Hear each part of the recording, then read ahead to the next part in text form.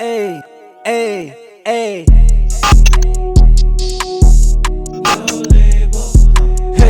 okay. Out to the pay, for the grass is always greener. I don't do no labels, I call it how I see it.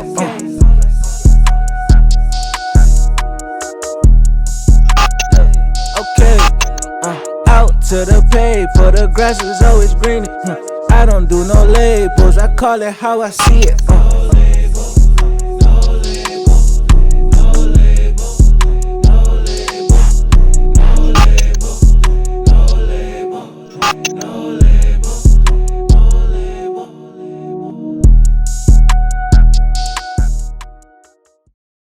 Yo, what's up, everybody? Welcome back to another episode of No Label, the podcast. Here, my boy No. No, that's my slave name. Don't call me by my slave name. My fault. International No?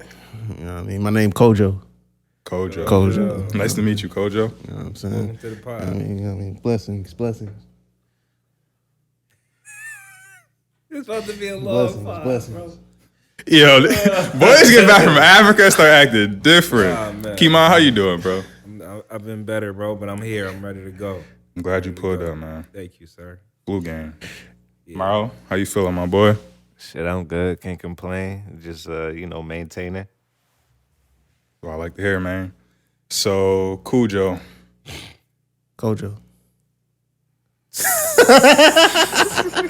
See, he fucking me up. Hold on. Shout out to YouTube, the subscribers, Instagram, Facebook, following, liking, sharing, commenting. We appreciate y'all as always. Kojo, Kuji, whatever you're calling yourself now. Go ahead, get into the sponsor. Yo, the disrespect is crazy, you know what I'm saying? I found my Ghanaian name, you know what I'm saying? It's Kojo. You know what I'm saying? I was born on a Monday, you know what I'm saying? So my name is Kojo. Wow. You know what I'm saying? Shout out to the sponsor, man. Shout out to Guap Coin. Cryptocurrency for the culture, you know what I'm saying? Bitcoin ETF about to drop. You know what I'm saying? Bitcoin jumped about 7-6% today. Y'all gonna see what we've been talking about. You know what I mean? Just sit back and enjoy the ride. 2024 about to be an amazing year. You know what I'm saying? Normally at this point I didn't introduce the guests, but you know what I'm saying? You know what I mean? I had to leave Side Effects at home, had to leave Young Nels at the crib, you know what I mean? Pull out Kojo. You know what I mean? Come with some African drip, some authentic, you know what I mean? Batakari, you know what I'm saying? Batakari. You know what I mean? Come with the Baudet, you know what I'm saying? No horse tail, you know what I'm saying? It's funny because it's like the official fit that I was gonna wear didn't get finished in time, so I couldn't wear it. But I had to come through with some African drip. You know what I'm saying? This one going out to the homies, one of the homies in Detroit. Shout out to Maywa. Shout out to the Detroit family. You know what I'm saying? Shout out to the D. Boss. Wow. Yeah, dog. So. Nah, yo, come on. See?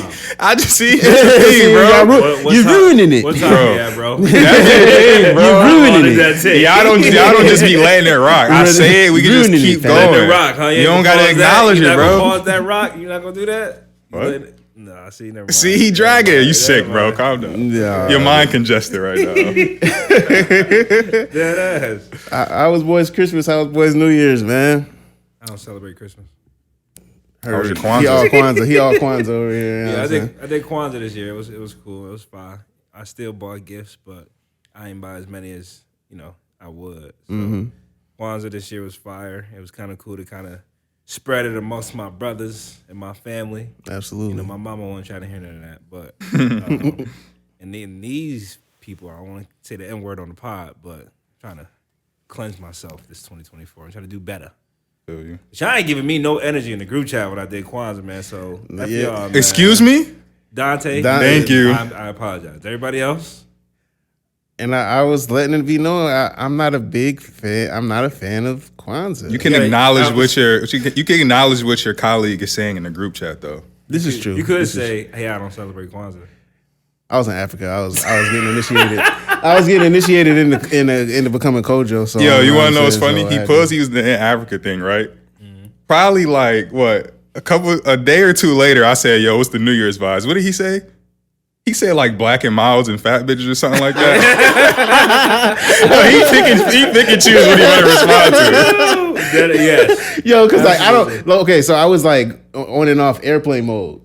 So if I wasn't at the crib, I wasn't texting. So I wasn't at the crib. Like majority of the time. And if I was, bro, I was crashing out. Like I was tired. Like, and it's a 5-hour difference. So you know what I'm saying.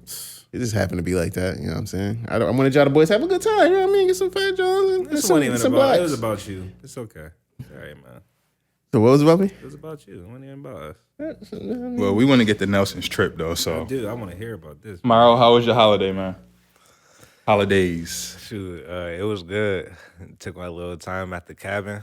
You know what I'm saying? I drove out there with my lady and her family. We had a time. I ain't smoked December until that point, you know, because that's when my little bet was up until. So, you know what I'm saying? We just spent the whole days, all our days, like, drinking and smoking and vibing and, you know, just having fun playing games. They did the gifts and shit like that, but it was cool. It had a nice view. I was just writing some crazy shit out there with that view. Got some inspiration out there. Yeah. Got the camera, you know, this week. So, you know, I just been practicing and all that shit. I've been peeping. Shit coming together. So New single dropped too. New single dropped while I was out there. You know, it was weird, you know, not promoting and trying to spend time with them and shit. You know, while that was going on. So, you know, but once I was able to come back and, you know, really realize what just happened, we just dropped that single. You know, shout out to everybody who purchased a copy. You know, gifts are coming and they on the way. So it's a lot of shit that's going on this year that, you know what I'm saying, that I'm just happy about that happened over the holidays. So that's just how that went. I'm happy to hear it. Sir. You look I lighter, have myself brother. out now. Yeah, you know, a little less stress on me. Absolutely, can see it, man. Reminded me of the Fred days. You know what I mean, Yeah, my boy got the glow. He got his soul glow. Bruce Leroy going on. Yes, sir. That's right. That's right. Yeah, but Africa. Nah, I was in Accra, Ghana, right along. My holidays went fine, y'all. Oh, my fault. Gang. Go ahead, now. No. How was I ain't got much to say. For real? I just wanted to be an asshole. But go ahead. See, he's terrible. I'm terrible, He's but he just terrible. skipped over me. Go ahead. It's terrible. So, what's the name? So I was in Accra and went out there with family, sister, her husband, mom, Dukes. You know what I'm saying? It was everything I wasn't expecting. You know what I'm saying? It was like my sister and her husband bought some beachfront property out there. They kept acquiring more and more land. And it was like, oh, okay, we about to open a resort. Dope. So, but I seen pictures. When you get there and you see white sand beaches, it's super clear, mad space, mad ambiance, all the cool stuff, bro. It was just like, it's kind of surreal. Just like touching base, and it's like, yo, you got your own piece of land in Africa. Like, it was super dope, super humbling, mad thankful, and all that cool stuff. Yeah, but Africa, it's a different type of place, bro. Like, the sun hit different. Like, you know what I'm saying? The women is just incredible, as you would think. You know what I'm saying? It's a pretty big city too. It's like 2.5 million. You know what I'm saying? Traffic is insane. I bet. I don't even go get started on like the cops. Like, bruh, we got pulled over on New Year's Day because the license plate was like kind of like a dealer's plate. So they knew for a fact, like, if you had this type of plate, like, they know you didn't go to the store and get it re-registered for the new year. So like, boom, we got hit the first day, so we kind of like knew what was going on. But then you know, we did different types of events. But just to finish up with the cops, where we went to the castle where the slaves, like the point of no return and all that stuff, the biggest slave shipment place out of Ghana. And that was humbling. And all that's like, the door was so small, like it probably had to be maybe like 5 feet tall, maybe like this big, this wide, just to fit enough. Maybe you could fit one person through, you know what I'm saying? And it was just like 1.6 million went through. I think he said every 3 out of 7 survived the trip to America. Like, man, talking about people sleeping on floors, talking about 50 to 150 people fitting in a room like this. You know what I'm saying? Laying on the floor. They're talking about women, like, no bathrooms, one window for ventilation, like, and in that ventilation, it was coming through a room that storing gunpowder and like all that stuff, bro. And it's just like they sleeping in the urine, feces, menstrual blood, all that. Like they stuck in there for like 3 months at a time. You know what I'm saying? And then what really tripped me out was above the women's dungeon was the chapel, the church. Wow. So it was like the chapel that they established there. So like literally these women is just like laying in their own filth and like in cages. Meanwhile, they up a floor above them having Sunday service. Like I'm like that. I was like, yo, that's like I think that's how our people got introduced to Christianity. You know what I'm saying? Like they take them out the cage, they take them out of a cell for however many days and be like, oh yeah, Jesus did it. Jesus got you out of here. No, That's crazy. yeah, it was just mind blowing. That was a humbling experience for sure. Well, that's a question. Yeah, What was it like when you first got off that plane, though? 'Cause you know when you go places, the air itself, when you get off planes, certain places just be feeling it. yeah, it was like it was hot, bro. I just remember the sun beaming. It was like we right on the equator, so like that joint was beaming, and I'm just like, yo, I really made it here. Yeah, I was super nervous going into it, just because I was checking the like astrology and stuff. I've been studying astrology, and my shout out to Ra Ku, Cosmo 361. He was showing me like my chart, and he's like, yo, if I was you, I wouldn't be traveling. Like this ain't the time to travel. Da da da da. And I was just kind of like, I was nervous about it. So I'm like, okay, but like I have to go. You know what I'm saying? Like you don't get the opportunities like this. So For sure. yeah, so boom, I took the risk, went, and everything was smooth. But when I got there, it was just like some real eye opening, life changing stuff. You know what I'm saying? I could go into like detail, like off camera, like this those stuff I can't say on camera, but like real, like game changing, like life shit. You know what I'm saying? And that's just with the acquisition of land. But even just when I went to the castle, boom. So we left the castle. We go to the tree bridges in Cancun. The Cancun part got posted some of that. You know what I'm saying? The tree bridges was fire. We leaving there. It's like it's getting dark. It's a one straight road for like maybe like 3 hours, going from there to Accra. When I say we ran into like minimum 20, 25 police checkpoints, like, and we had the bad license plate, so we got stopped at every single checkpoint, bro. We got stopped at every single one. We didn't have to like pay and bribe the cops maybe like 4 times. Two of them was because we snuck through like behind another car. The other 2 was because the people just didn't tax us. Everybody else taxes. That's crazy. It was, bro. I'm talking about pockets was hurting after we got back, bro. It was niggas. Bro. It was crazy. And the cop presence, I'm guessing, like people that look like us too. Like, Absolutely. I mean, bro, it's everybody.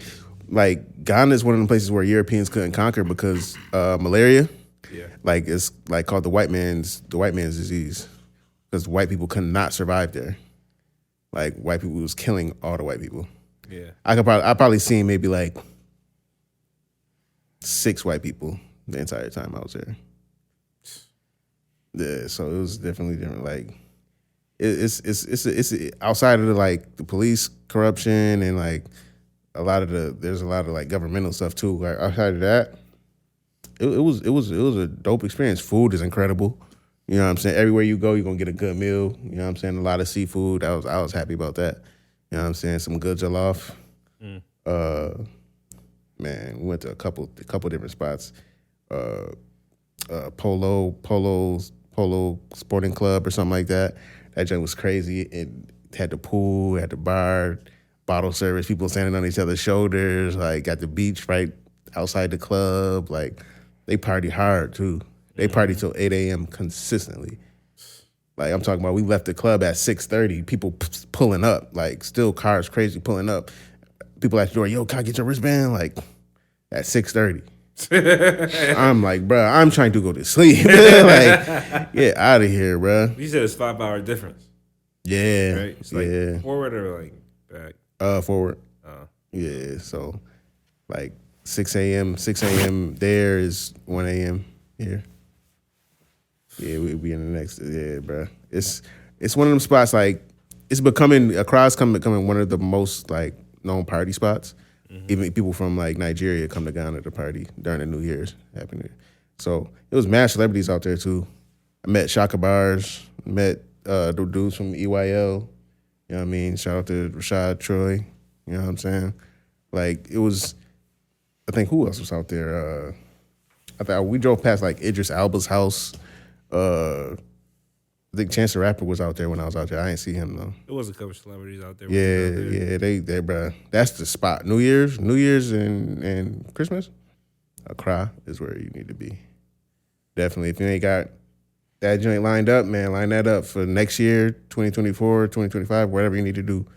Head out to Accra, dog. It's worth it. Say less. Hell yeah. Afro Future was fire. Went to Afro Future. That joint stage setup was super dope. You know what I'm saying? It's like low-key, it reminded me of Drumwork Fest. That's like that. Like Afro Future was probably like formerly known as Afrochella. Used to be dog. It was just super dope, bro. Like all the acts was dope. DJ sets was kind of but artist wise, everybody was dope. Partying, dancing, no violence, bro. Zero. I'm talking about nothing but young people. Not once. Not a fight. Nothing, bro. It was one of them joints. It's like, yeah, it's definitely one of them things. What's the biggest difference in partying, like compared to like a lit party over here and what you experience over there? Like, what they do differently? They don't drink. Huh? They'll drink. Like, you know how you go to a club and the bar is always packed. Like, you gotta wait a little bit, bro. Nobody's barely at the bar. Like they legit like having fun. Yeah. Like it ain't like as much like twerking and stuff. It's like they be shaking something out there, but like it ain't like here or like the Caribbean. Like they legit be there having fun, like partying, talking, just like chilling, and enjoy going out.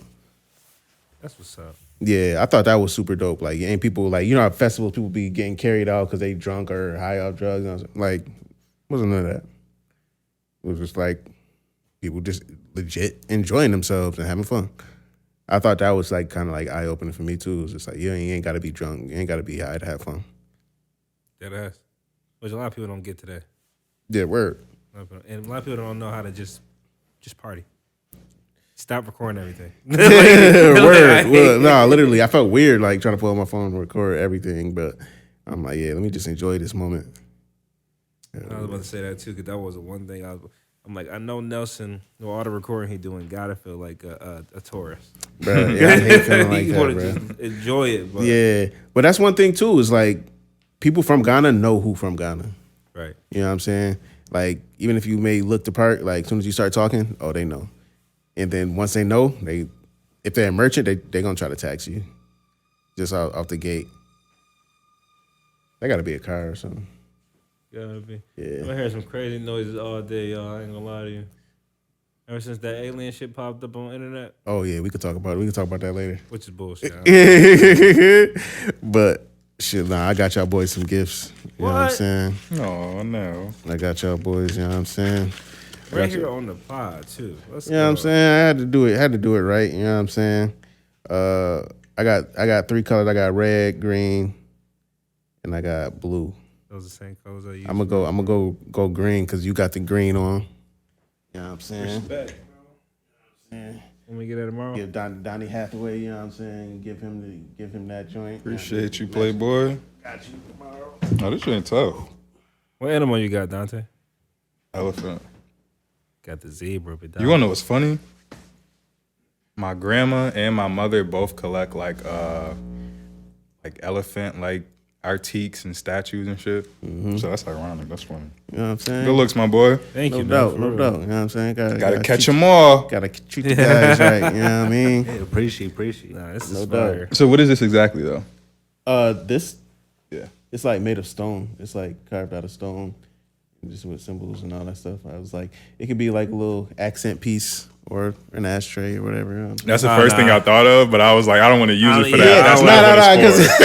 I think maybe it's that like was a my little intention. socket or something. That was my intention to get like ashtrays, but they didn't have like the ones they had were like mad expensive, like super elaborate. And I was like, man, that could be a nice little. Like a little accent piece, or you know what I mean, could put it just a little bit of use. This is fun, And I got the red crib. my boy.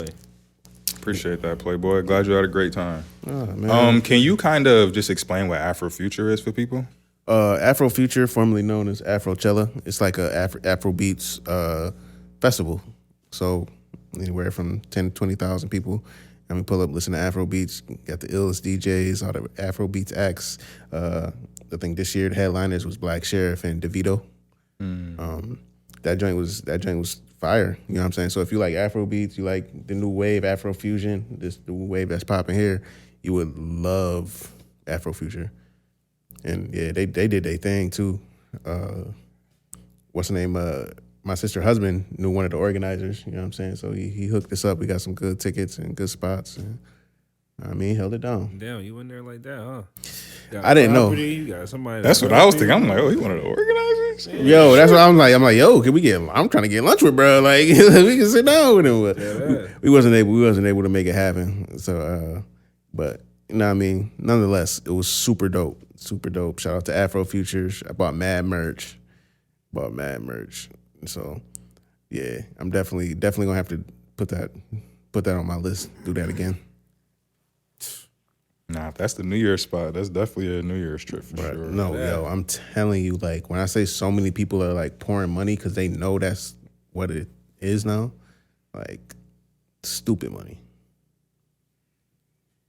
Yeah. All right. Yeah. I had a question. Hold on.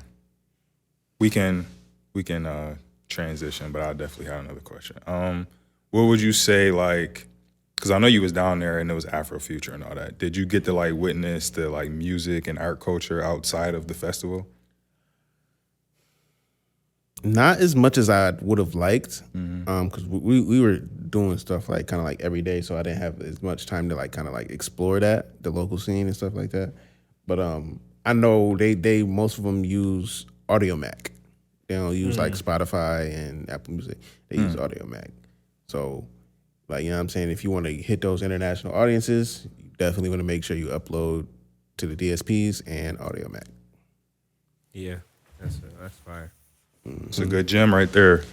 Yes, Which why you take the shades off, bruh? You can't handle it? Yeah, I ain't about that shade. That Like, man you know what faking I'm the saying? funk. I like to look them in the eyes, see their eyes. That temperature had to be at least 100. Bruh, 95, 99, and 98. Every day? Every day. Even when you sleeping? Yes. I had good AC, though. I wonder what it's like in the summer. But there's always summer. But it gotta be hotter, though. Their winter is 70 to 80. Yeah, especially when you by the equator. Yeah, you always hot. Like, Yeah, bro. It's like, you don't know winter like that. I'm saying, though, it's a different temperature in the winter. Summer, than the gotta summer. be. Yeah. Yeah. it's like, Because when we was in New Orleans, it was hot. It was like in the hundreds, but we were also there during the summer. yeah. So They got their if rainy it was seasons 100 and something shit. in the wintertime there, I can only imagine what it's like That's in the when we're summer. closer to the sun. I see why you do wear the shades, though. It's mad bright in here. Bro. and It's the super light. See, bright, people man. think I just be on some studio shit when I wear shades. My eyes are sensitive to light. You got astigmatism? Hmm? You got astigmatism? A little That's bit of both, crazy. though. You know, he bougie. I mean, no, it definitely like it's several things. My eyes are sensitive to light. Shades go better with a fit. And I'm also like a people watcher and I'm awkward. So if I got shades on, I could just people watch and like not talk to people and I just look cool instead of looking weird. Yep, he got that. I get that. That's a good point. I'm happy for you though, bro, man. Thank you, That's how thank you end start a year. That's off a right fact. there. Word, bro. It's like the highest. Because I didn't go out. I don't want to do none of that shit. Nah, bro, I was super blessed. I was super blessed to be able to do that. Like, because I wasn't supposed to go on the trip. Like, it's like somebody didn't go and they offered me the ticket. For sure. Oh yeah, and so I gave him a ride to the airport. So prior to, like he said, he was getting like astrological signs like you shouldn't be traveling. He was having problems with his car, like right before he left. It was like mad things happening to where like all the signs are pointing not go. I'm like, bro, you need to fucking go. I don't care about nothing else that's going on. Yeah, I was gonna you go. already prepared to go to this trip. Don't second guess it. Go enjoy yourself. Da da da. Yeah, it's definitely one of the moments too, bro. Like one of them life changing joints. So got to keep good people in your corner, man, and help you push through. Because as long as you make it back safe, it's an experience at the end of the day. Even if you didn't have a great time, it's like, damn, all this crazy stuff happened to me while I was in Ghana, in Africa.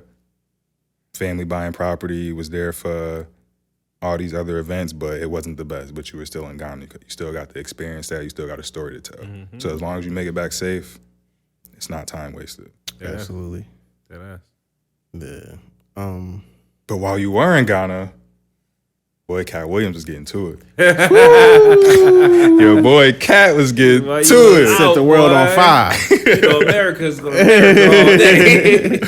Set the world on fire. And he touched on a lot of things. Pause. Yeah. Actually, that's a pun intended. He touched on a lot of things. When P. Diddy invites you out, you gotta say no. You gotta say no. Yeah, what?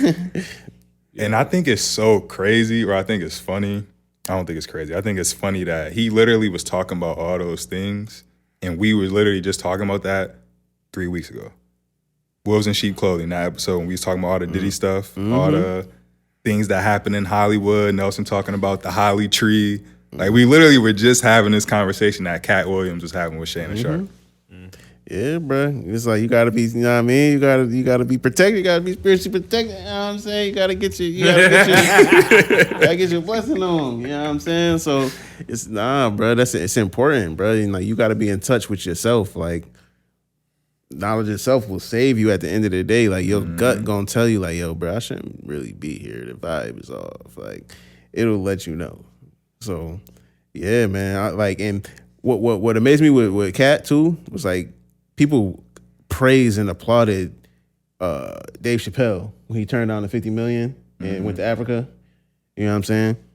Katt said that. He said, bro, I turned $50 million down 4 times, bro. Ain't nobody pat Katt on the back. Ain't nobody, you know what I mean, give him a standing ovation, say about how cool he was, how genius it was, bro. Nah. They tried to give him 4 times, bro. Bro, that takes a lot of fortitude in order to say, no, I'm not. This is what I believe in. This is who I am. I'm not compromising who I am to play y'all little game. So I could be in y'all little cool circle and y'all could keep secrets about each other to keep each other in line and do all that little weird shit, bro. Like, nah, this is who I am. This is what I'm sticking to. This is what, like, and really standing on your square. Nah, shout out to Katt, because like he was frying up everybody. He was frying up everybody, and I like that shit is needed, bro. 2024, you know what I'm saying? I just find it funny because Shannon dropped that at the top of the year. Like, he was trying to start 2024. Bro. Right. That man said, don't worry, I got y'all. Bro, that joint had like 8 million views in like a day, bro. Said 22 now. 22 million. That's Nah, crazy. that's more than that, I think. It's more? Yeah, it was 22 million like 4 days after it dropped. Yeah, Bruh, that's more like, than that. watch that I shit. think it's like 40-something, I man. ain't That's watched the whole crazy, bro. And now, I don't know if that's just the full episode or like the full episode with the clips all together, but regardless, it's crazy. Bro, that's Super Bowl numbers, bro. thing. Shoot that ass. It's what- literally Super Bowl numbers. What Shannon said, so him and Ocho got their show too. So Shannon was basically saying, like, I don't think I'll ever be able to like replicate that or ever have an interview as big as that again, unless it's Michael Jordan and LeBron James like spilling tea about things that nobody know about. Like Literally. Michael Jordan getting on there and saying why he really retired in '93. You feel me? Yeah. Like stuff like that. Yeah. Shannon, he making a nice little lane for himself. How do you think Shannon did? Hold on. All right, so we got to stay, because it's a lot of things that we could really like Layers. talk about within that. So, all right, let's just start off. How do you think Shannon did as an interviewer? The way Katt was going, he did everything he needed to do. He did exactly what he's supposed to He did do. exactly what he needed to do. Because if it's somebody, even if it's somebody on this couch, unless we know for a fact that some of the shit you saying is Katt, we gotta just let you go. Because it's just like, I can't disprove it. yeah, You know what I'm saying? Like, it's my first time meeting you or having to sit down with you. I can't challenge all the facts. yeah. You know what I'm saying? So I got to let you go and take you at face value. That's one thing I appreciated with Shannon. He was talking about it like because Katt called him on, oh, you letting these people come up here and lie. And it was like, bro, I don't know these dudes. Like, I was like, I'm introducing, like, you came here to talk. Like, my job is to let you talk and facilitate a good conversation. Is it messy though? Like, Hold on. oh, God. No, like, bro, it's just facilitating a good conversation. Like, I'm sure we've had people on here who y'all probably watching like, man, that person lying. I don't know. How am I supposed to know the inner details of whatever this person go through? Like, And my job as a media personality isn't to be trying to call this person out on their lies. literally. Our job on this platform, we want you to be here to tell your story, to be able to express yourself through your art, creativity, etc. So it's not my job to be calling you out on all the shit that you're lying about. It's my job to produce great content. Word. And my thing too is like, if it's my first time interviewing a person, I will always give you that face value benefit, benefit of the doubt. Like, okay, boom, this is like, oh, this your side? Okay, word. You know what I'm saying? Okay, word. I can know you. Even if I know you lying, I'm going to let you, you know what I'm saying? Just out of respect, like this your first time here, I'm going to let you, you know what I mean, tell your side. Now you double back. I'm letting you know, okay, I talked to some people about that. You know what I'm saying? They saying this, like, nah, what's up? Like, we can have that conversation. Because you know what I'm talking about. Yeah, I'm laughing because there's been people who's been on where Nelson, as soon as that person will leave, I'll be in the car driving. Nelson in the car driving. He called me. A minute later, yo, bro, that nigga had me tight. He was lying about this. I know that story that he was talking about with da-da-da-da. I'm like, it's always two sides to a story. You know what I'm saying? Like, I just, as respect, like, as somebody who's in front of a camera, like, I will allow you to, you know what I'm saying? Tell your side. You want to double back and try to double down? Nah. Like, let's get to the nitty gritty. No, I think Shannon did a good job. For sure. Because especially, say for instance, Shannon was like so stuck on his agenda that he had for that interview or had for that episode, and he was constantly just trying to keep getting Katt back on track. All right, Quay, I got to ask you this question. All right, Katt, but I did ask you this. Can you answer this question for me? We don't get all those gems where Katt just goes on and rambles for 5 minutes about stuff. We don't get all this click-worthy content. He doesn't talk about Cedric the Entertainer being fat. He doesn't describe all these people in this way that makes it click-worthy content if Shannon is constantly trying to get him to stay on the straight and narrow during the interview. So Shannon did what he had to do. Sometimes you just got to step out the way and let the person cook. Word. And that's the beauty of like podcasting and just like conversations. It's like literally listening to what they're saying. Whether they're lying or telling the truth, like allow them to express themselves. And then if you want to enter into that like conversation, you can choose to do that or not. But nah, he did a good job. I'm not gonna shade. Now next $2 thing, million views. Shit. because I kind of want to. I don't want to. All right.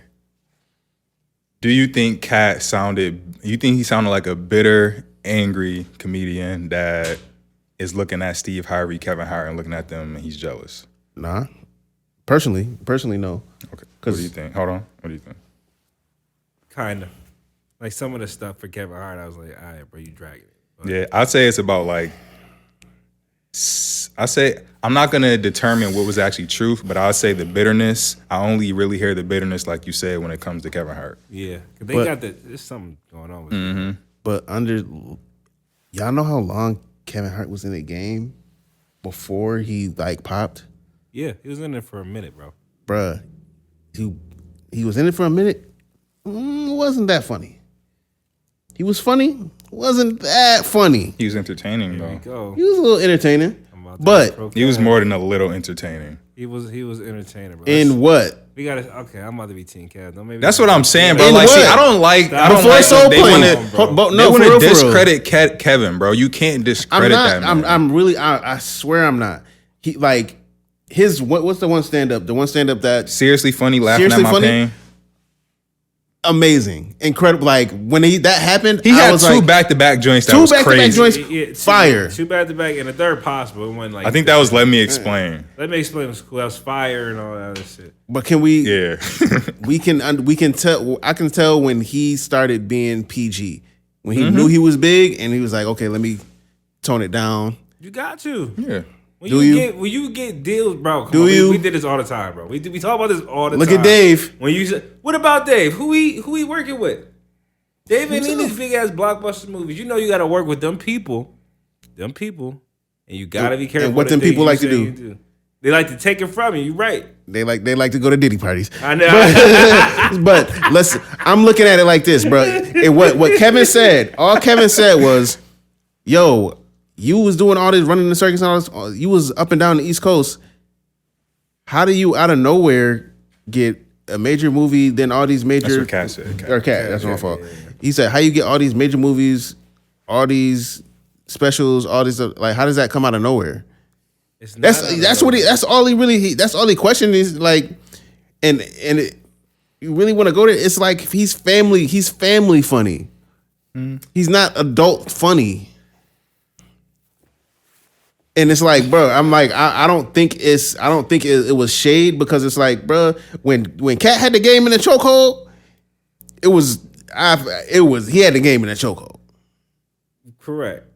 It was like he's funnier to me. He's funnier than Kevin Hart. I think he is. Yeah, he's funnier than Kevin Hart. And Kevin Hart, after he felt, you know how many writers he got, bro?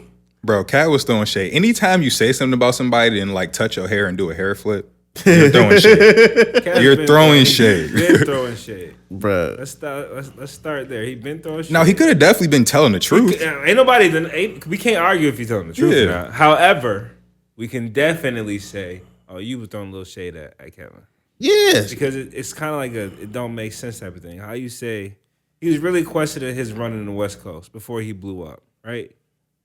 Everybody not going to run through the West Coast like you did, Katt. Like, he ran through the East. He was in the West Coast. I done seen some shit on Facebook and YouTube where the nigga been in West Coast comedy clubs. Mm-hmm. But just because I'm not from LA, what do you mean I just blew up out of nowhere? Nigga, I've been over here putting in that work for years. He started with Paper Soldiers, bro. Then it could also be an aspect of, I'm in the East Coast putting in the work, right? Yeah. But I have my management, I have my company, I have my people who are on my team putting in work for me on the West Coast. Hello. Covering 2 different sides of the country. I was also going to say, too, to add on to that, yeah, because like you were saying, the artist or whatever, the comedian, actor, anything could be, you know, probably not as big, but if their team is like bumping shoulders with the right people and like kind of getting that networking going on, I can't automatically assume it's foul play because he just came up. Mm-hmm. Because again, you always 2 people away from where you need to be. This is true, but my only critique on that is, look at this. It's similar to the conversation he was talking about with Ludacris. Ludacris was popping. Ludacris was one of the illest rappers. Like, I'm not like amazing. He said it was 2 of us. We went to a room and they said only one of you is gonna get these movies. Oh my God, here we go. Yeah. And when somebody has to get picked. I'm not trying to get in that part yet. Hold on. But it's layers to it. But you're right. But it's like, bruh, they pick you, and you either say yes or no. They tried to pick Katt 4 times, offering him $50 million, and he said no. If Kevin got offered $50 million, what is he gonna say? We know he about his bag. So Katt, knowing Hollywood and how Hollywood works, he knew you got offered a bag and you said yes. So that's why he's got shade towards it. Can we prove it? No, we're regular people. We're not in Hollywood. But I trust we're not regular people. But we can continue. I trust that Katt Williams knows what he's talking about, and he has a reason to have an answer. Because it requires a little bit of trust, and like, I don't see him a reason to lie. And from what I know about Hollywood and what I've heard about Hollywood, I don't see that being a lie. I don't see it being hate. It's somebody made a choice, and that's what it was. I gotta say it's a little bitterness because I'm a reference a Breakfast Club interview that Kevin Hart did with Tiffany Haddish. This is when Katt Williams coming at Tiffany Haddish crazy. And he made a point saying at some point you got to start looking at yourself, bro. Like, yeah, you turned 50 mil down 4 times. That's cool. That's cool. And that's why you where you at today. You're not the biggest actor anymore. You funny as hell. He is funnier than Kevin Hart. And in my top, he's definitely over Kevin in terms of being funny. Mm-hmm. However, Kevin didn't take your route. He don't got to do stand-ups anymore. It just don't gotta be funny because I have my own production company. His shit don't gotta be funny. It don't for me to make money. Gotta be entertaining, bro. It only has to be entertaining because now he's in the world of being a mogul. I can be a stand-up and a movie actor. Katt can't really do movie acting no more on the blockbuster way because he done ruined so many fucking relationships from doing shit that he did like on Shannon Sharpe. Not saying he capping, but your character is also the same thing you're standing on. The same thing you're standing on. Because I got something to say. It's gonna be the same thing. The same reason why you fall. And I'm not saying Katt fell off. Katt got money. Katt doing his thing. I just feel like you was throwing shade at everybody else that chose a different route than you. So I will say, when it comes to the Kevin Hart thing, now I'm on the side if he was throwing shade to Kevin Hart, but Kevin Hart in that Breakfast Club interview started a narrative when it comes to Katt as far as him being on drugs, him not showing up for shows, him not showing up for booking, casting calls because he's on drugs. That was fishy to me because he didn't really say it directly. Huh? I'm sorry. Yeah, he did. He literally said it. I watched the clip. Yeah. He said he was doing drugs, coming to things high and shit. Yeah, like exactly. That. Which sounds like, does that not sound like Katt Williams coming to something high? Katt Williams said he never did it. No. He said drugs. When people say drugs, they're implying something other than showing up high off weed. I don't know. That's kind of implying something. Nah, you got it. When it comes to the when it comes to the black community, when we're discussing weed, do we ever categorize it as drugs? It depends on the context. We call it gas, we call it weed, we call it dope, we call it all these other things. We're not putting it in a drug category. Context is still when it comes to when people are discussing drugs, black people, we're talking about coke, especially we talking about plural. crack, we talking about heroin, we talking about higher drugs. So Kevin Hart saying that he's trying to put something on Katt, but he wasn't really trying to say it. So when he says stuff like that, Katt has to address it, which he did address it in the Club Shay Shay shit. So him throwing shade at Kevin Hart when it comes to that, I ain't really mad about. But that's because Katt already said something. He been coming at... No. The Kevin Hart Breakfast Club joint was before that. Was before this Club Shay Shay joint. Yeah, no. I'm saying like the reason why Kevin responded with that when he did that interview with what's her face is because Katt has continuously had something negative to say about other people on social media, and then it's always at the times where people was like at their peak. Tiffany Haddish being everywhere. You're like, Tiffany Haddish ain't funny. Well, she ain't lying. He wasn't funny, but he ain't lying. That part. That's why, but it's subjective, bro. Like you can say, oh, she ain't funny. But you, nigga, everybody in Hollywood, if you're pushing a certain image or they want you to push a certain image, they will offer you the bag to compromise the image of black people to the entire world. You're damn right. And so when you're saying, he's saying he losing the money because of the stuff he's saying, like on Club Shay Shay, because he's speaking truth to what these nasty people was doing behind doors. He got canceled for talking about Harvey Weinstein before everybody was decided to cancel Harvey Weinstein. Ain't nobody uncancel Katt for speaking the truth. Katt canceled? Nah, he ain't never been canceled, bro. That's what he said. He said, bro. He said that they blackballed him for talking about Harvey back then. Well, yeah, blackball, because when I think of blackball, I think of industry shit. When I think of canceled, I think of like media, social media. Yeah. Blackball in Hollywood. But bruh, he was speaking truth. Yeah. And Tiffany Haddish, not funny. He's speaking truth. Like, she came out of nowhere in the one movie, got popular off a trailer doing, it's a booty hole. That was on the commercial. What? I don't even know what the girls trip. The girls trip movie. Yeah. That was how she got popping. She's not. Come on, bro. She's funny, bro. Several other films before funny. Girls trip. Hell no, she ain't funny. Now, but I'm not talking about. Okay, y'all going over the whole point. She was a no-name chick. She was a no-name. She was a no-name, quote unquote, funny hood joint in the girls trip movie. And she rode her wave off of that, bruh. I'm sure she got offered a bag to do some compromising stuff, bro. Even after, okay, boom, she did her little run. That shit with her and Aries Spears did that came out. Oh, that was crazy. The fact that remember, she didn't get canceled for that. The fact that she didn't get canceled for that was telling to me for sure. Bruh. She was an actress in somebody else's film. What? She was an actress. She didn't control the production. But you partook in that type of shit. If somebody's hiring me for that type of role, I'm not taking it. Okay, you're right. But is that compromising to black people? Yes. A role where you touching kids like we ain't never seen that in a fucking black film before? So that makes it okay? That makes it okay? So stop supporting Tyler Perry. I don't. Why do you support Tyler Perry? The black community supports Tyler Perry. What are we talking You're about? talking to me, though. Cat was on the black community. I'm Dante Williams. That's Nelson.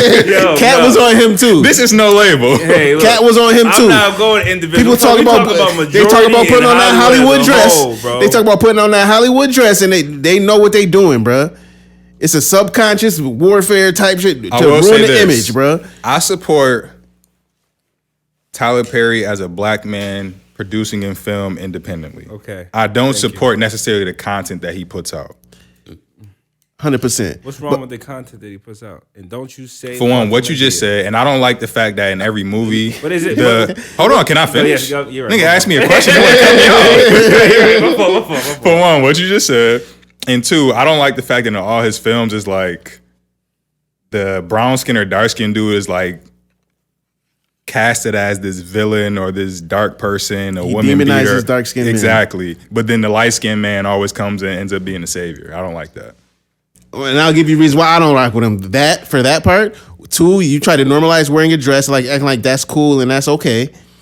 3, you put. I look at like.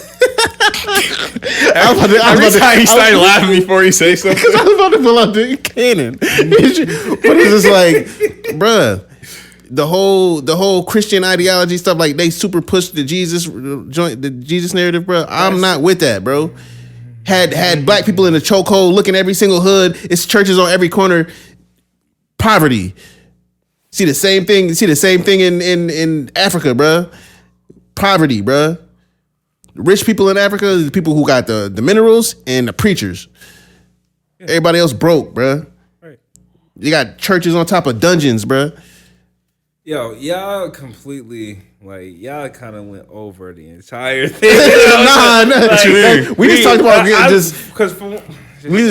in particular Tyler Perry. We definitely went on like 3 tangents. Yeah, in particular Tyler Perry. I ain't gonna say nothing else. But it's like in particular Tyler Perry, and that's my issue with him. Like, all right, go. Just go. Nah, yeah, make a closing statement on the Tyler Perry thing, and then we'll get to the last layer of the cat. Okay, yeah. Pause. So, but like, it's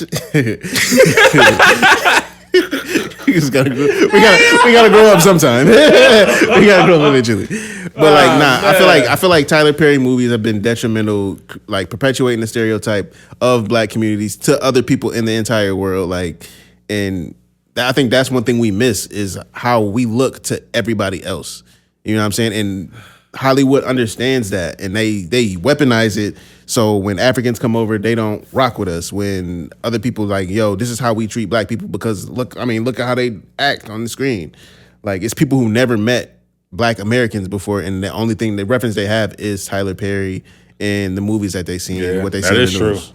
Boys in the Hood, Juice, all those type of movies. It's weaponized. Even though we love them, but it's weaponized imagery.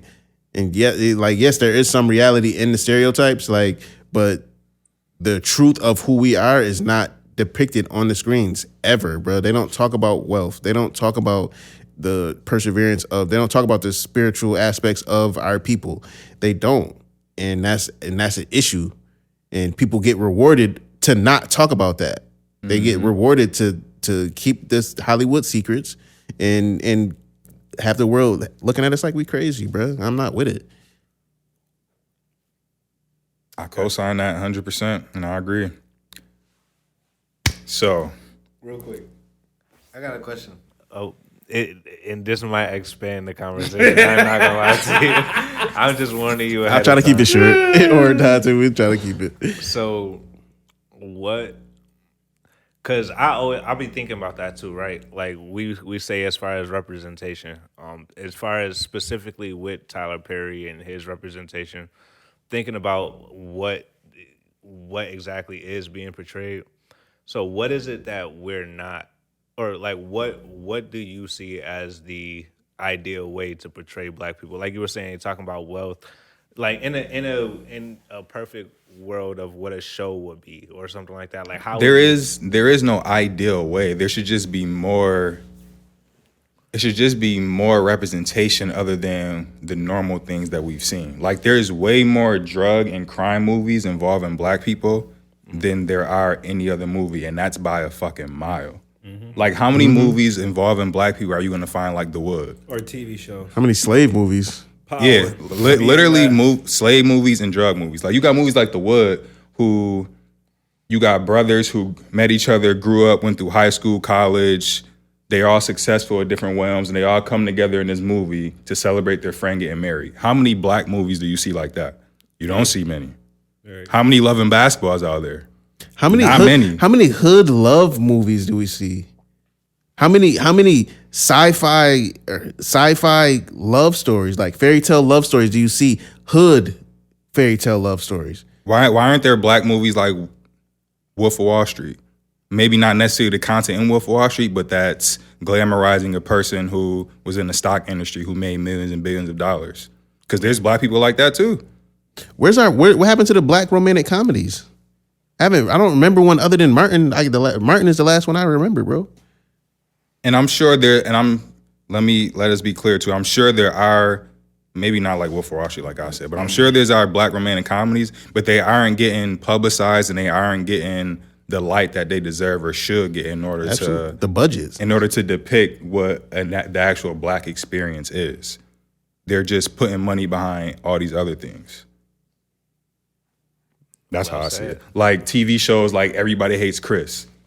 Like that's a good depiction of a young black kid growing up in the hood. Yeah, and it wasn't gang related. Exactly. It wasn't gang related, none of that. It's just everyday life of him maybe trying not to get robbed. I'm trying to get better than a B in school. I'm trying to get this girl. I'm trying to get that girl. Because we go through everything just like everybody else does and more.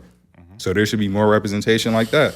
Shit. That has the budget behind it, like you said. Absolutely. Yeah, that's why I asked that, because I was just thinking too, like, well, there's this movie called like the Society of Magical Negroes or something like that. It got David Allen Greer. Did you read? You read the premise of the story? Yeah, like basically they trying to make white people comfortable, and if they don't make the white people comfortable, magicians, they go away. black magicians, going out of their way to make white people comfortable in America. Yeah. What? And it's like. Bruh, You see pick that? up the Baudet real quick, bruh. You see that, and then you think about, like, as far as again what I was saying, like my boys R&P, they was talking about it. They was talking about they did a react to the trailer, and they was talking about like you from face value, you got something that's so like you talk about magical Negroes, you could take that anywhere. You could make that Harry Potter. A black Harry. We never had that. We never had nothing normal. They do, but they demonize it and say it's voodoo and it's evil. Yeah. You feel, bruh? It's crazy. When I say, bro, black people are the originators of spirituality. Like our religion come out of spirituality, bro. We got so much. Like this isn't mine, but I bought one where it's like, bro, I bought a black one, right? I bought a small. I didn't bring that one purposely because the black one is for more like for kings, it's for funerary rites, and it's for like casting like curses on people type shit. And it's like I didn't notice when I bought it. So I'm sitting there with. You see, I'm thinking in my head like, so you knew it was for curses and you. I didn't. The white one is like this one is for like blessing people and like ceremonies and stuff like that. But the black one I didn't know. So boom, I'm like, I got the joint. I'm like, I got my own joint. Da, da, da. I'm with the joint. I'm like, I got it in my hand, kind of moving it. Bro, next to me, he was like, he's one of the most chill, coolest African dudes I met. Shout out to my man Kofi, you know what I'm saying, from Kamasi, you know what I'm saying. But yo, he as soon as I moved that joint around, he said, I'm like, okay, there's something to this. You know what I'm saying? I'm gonna keep doing my research. But it's like, yo, it's one of those, it's like, bruh, that the magical side of black people and all that stuff, bro, it's real, bro. We say black girl magic all the time. We think it's something cute. Like, nah, bro, like the stuff that mysteries of the world, bro, we run that. Mm-hmm. That's your birthright. Like, that's why your skin look like the way it do. That's why they treat you the way you do. Why black people get treated like this? Because they know what we're capable of. Literally. Bro, this is a conversation for off the camera, but this is literally what I be trying to tell some of our on friends. The camera. No, because it's involved. Some of our friends, I be trying to tell them this shit, they don't listen. Bro, it's everybody with eyes won't see, everybody with ears won't hear, bro. Mm-hmm. Like this ain't the third eye Samuel, but bro, look up Simeon Toko, look up Simon Kamongo. I'm not even gonna say what they did, but look it up, and you'll understand. Like they understand the potential of what we are. Real rap. It's a fact. Appreciate it. Yeah, and oh, my fault, bro. And that's all. I ain't want to get into crazy of a tangent or nothing. I just wanted to have you vocalize what the ideal thing is, so that the people that's watching, our content creators, our videographers, our filmmakers, and tomorrow. No, that was a great question. What we looking for? Absolutely, what bro. We need as a culture. Because that's something that just as a video producer, filmmaker, that's something I've thought of just going forward. Like, what's the image, or what do I really want to predict, or the message I want to come across when I'm just creating content or videos in general, when it comes to doing TV shows, movies, all that in the future. Like, that's stuff that I think about now. Like, what's something that isn't being done? What's something that needs to be portrayed on that screen for us? Absolutely. And just one last thing too. One era, and it's really like only one era that really did it, and it was just that like early 2000s kid shows like That's So Ravens, the ones that Nelson hate. I don't know. If I just don't rock with Walt Disney, bro. Yeah, so like That's So he was a Ravens, magician. Corey in He's the an House, occultist. just a kid trying to get bread. Like Keenan and Kel, like you know what I'm saying. Just that era of Black people doing something different. That's not really. It only came from kid shows, so that little separation. So that's what we need, y'all. So let's do it. All right. Absolutely. Hey, you already know me and you gonna be working on something. Yeah. So yeah, to wrap up the Katt thing, the Katt Williams thing. He went on the me, too, but nah. Because we definitely. What do you think? Like, what do you think is the overall consensus or the overall message of how people receive that sit down with Shannon Sharpe? Let's let Kiman go first. Yeah. I was trying to think, put my shit together. He just said so much, bro. It's kind of like, I think the overall consensus is we really don't know what be happening in Hollywood. You really don't know what be happening in the industry. A lot of shit. Like, If you don't listen to Low Label, you don't. people going, that is a fact. Some people really in the back sucking dick for a role. And that's what niggas is doing.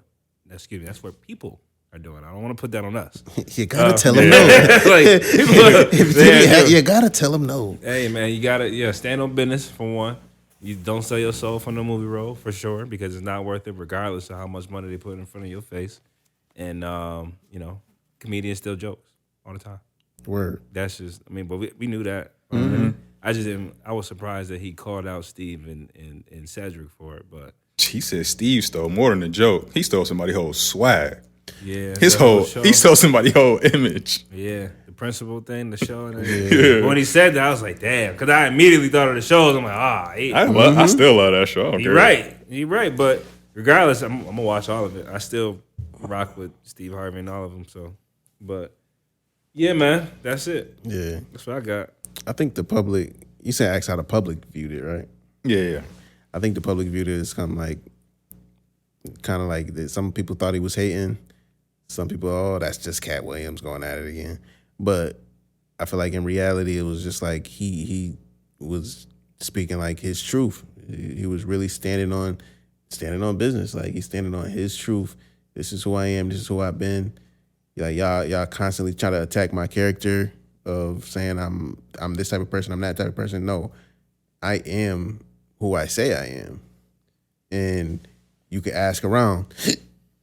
I put on people mad. I love the fact that I saw random stories about, oh yeah, Katt looked out. Katt gave me $5,000. Katt gave me $15,000. Just like I was supposed to get $200 for that show. I killed it. Katt gave me a stack. Like stuff like that speaks more to who he is and what he's saying than a rich person saying, he's just mad he made bad decisions. Like, no, bro. Like I'm not about to allow you to shun him or even fake praise him. And when he's calling you out on some of the BS that you're doing, like, nah. Like he spoke his truth. He stood on it, and he is who he says he is, and you are who he says you are at this point, because you're not refuting it and you're not bringing no receipts. So, just like that. I think. Why you smiling? I want it. We gotta do a one-on-one. We gotta do like a extended pod.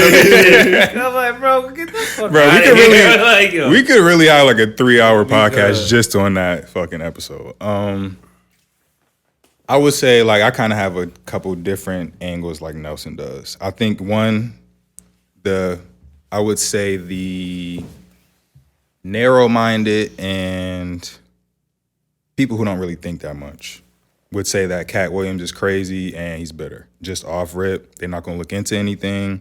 They don't really care about what he's saying. Oh, he's talking about Steve Harvey. I love Steve Harvey. He's lying. He talking about Cedric. I love Cedric. He's lying. He talking about Kevin Hart. I love Kevin Hart. Katt Williams is lying. And he's on drugs.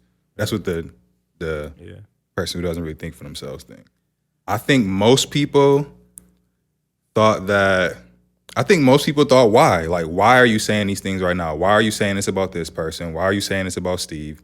Why is Hollywood like this? I think the normal person or the consensus is a lot of whys. Like, they have questions as to why he's saying what he's saying. They have questions as to why Shannon isn't refuting nothing he's saying. They have questions as to why Steve Harvey, Cedric, everybody who he's talking about hasn't come out and defended themselves in a way that is believable. So I think it's just a lot of why, and some people may end up doing their research on it and finding out the truth. Some people may just keep that why in the back of their head and they just constantly like in question about it. Word. Yeah, and it's like, but that's what good comedians do, and like why you smiling? Good truth tellers do. They provoke thought. You know what I'm saying? Like, if you're asking that question why, you may have to do some Googles. You may have to do your research. You know what I'm saying? You may have to listen to a podcast that's 3 hours long to really get the full story on a situation that you knew nothing about. But I think that's what makes podcasts so impactful, is because the ability of truth that you are able to tell and get it out to the masses. Mm-hmm. You know what I'm saying? Like, outside of like this podcast, like I remember Dante, he posed a question in our chat. He was kind of like, is podcast dying? And I say no in one element, as far as like I know people who really watch podcasts, like that's their TV. You know what I'm saying? But there are other people who are like, who watered it down, trying to run with the algorithm, you know what I'm saying, doing the same relationship stuff, rate this person, reaction video. And it's like that, I feel like that aspect is dying because you can't sustain it because you're doing it for likes. You're not doing it because this is what you really been called to do. This is what you really like to do. Like, bro, I never thought I would be doing a podcast. Anybody who met me prior to me sitting in front, no, I don't like talking for real. Like, and this is something I felt I was called to do. And it just so happens like we're able to keep this running because we have people with aligned visions. It's like, yo, I'm supposed to be doing this. And I feel like if the podcasting game is filled with people like that, it can't die. But all the people that fair weather fans and the people who just doing it for bread and for clicks, they fall over and die with the quickness. Just like rap. Absolutely. It's just like rap. Mm-hmm. I don't know if y'all, I think I was talking to Ian about this yesterday. I was referencing the Joe Budden, Nicki Minaj conversation where she was talking about how hip-hop and how it dropped 40% in the market, quote unquote, and now Latin music and Afro fusion or whatever is going up because rap is kind of dropped. And she was kind of making it a point, which is, you can kind of relate it to podcasting, comedy, whatever. She said, if you just let everybody in, of course it's gonna get watered down. Mm-hmm. You letting all these people that's just making the same music, saying the same shit, and if nobody wants to hear it because that's all y'all pushing is the dumb stuff.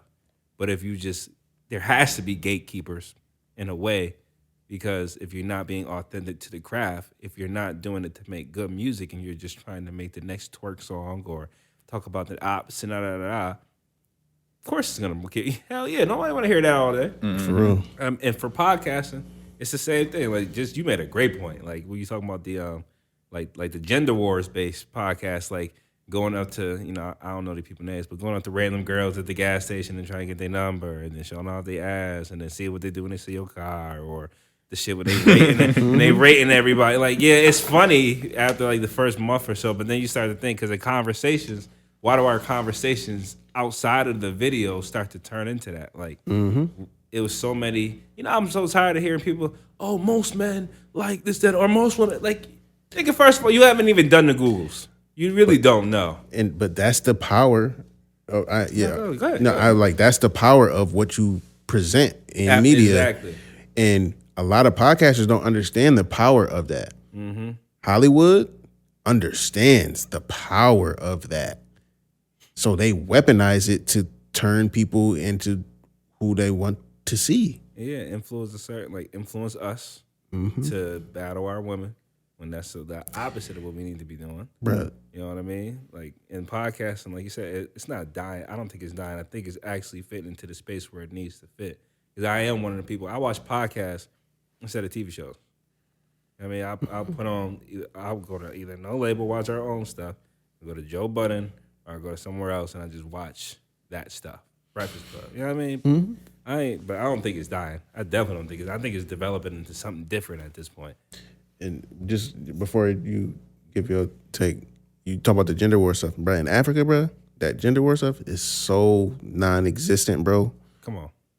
It's so non-existent, and it's like, it made me realize also like how hypersexualized we are here. Yeah. To the point where it's like, we feel like we go out and we're supposed to just like going out to go fuck something or just get a bitch, like all It's that. the only thing that's Bruh. in our minds. Yeah, and it's like, bro, we've been programmed to think like that, and that's what's causing a lot of the issues. Right. And bro, over there, bro, it's non-existent, bro. Like people genuinely going out to meet people.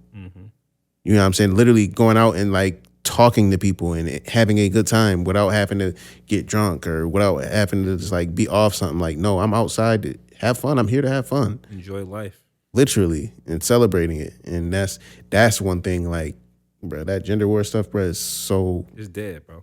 It's not even And a it's question corny, over there, like, bro. It's really a young dude thing at this point. But we, at the older dudes, we got to let them know, like, yo, that's not it, bro. And how do you feel about it in terms of the podcast and being I was dead? waiting. I honestly, I'm not going to say that podcasting is dying. Maybe in terms of what it provides for media and content, podcasting isn't dying. But I just feel like the term, like I'm speaking me personally too, I just feel like the term podcast or podcaster has been diluted and saturated and just has a negative connotation to it because of what y'all are talking about, the gender war podcast. The podcast where people are just doing things for algorithm and clicks. I don't even like the fact that we don't talk about things for clicks or algorithm. But even when I'm editing, it's like, all right, let me make sure I grab this part because I know this will make a great clip.